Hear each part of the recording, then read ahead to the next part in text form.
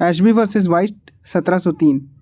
इस केस में फैक्ट्स ये है कि विलियम एशबी जो एल्सबरी का एलिजिबल वोटर था, पार्लियामेंट इलेक्शन में वोट डालने की कोशिश की, पर डिफेंडेंट विलियम वाइट जो रिटर्निंग ऑफिसर था, उसने गलत तरीके से एशबी का वोट रिजेक्ट कर दिया, ये बोल के कि क्वालिफाइड नहीं है।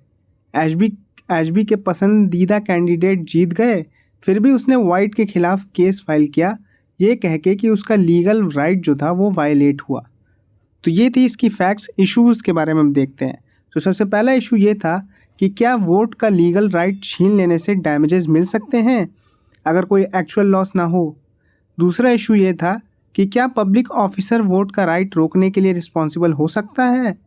तीसरा इशू ये था कि क्या राइट का वायलेशन इंजूरिया साइन डैमनो बिना किसी टेंजिबल हार्म के डैमेजेस का हक देता है।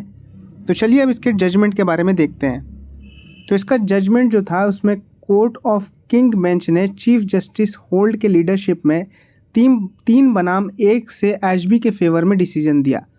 कोर्ट ने बोला कि वोट का राइट एक फंडामेंटल राइट है और पब्लिक ऑफिसर का इसका गलत रोकना एक्शनेबल है, चाहे फाइनेंशियल लॉस हो या ना हो।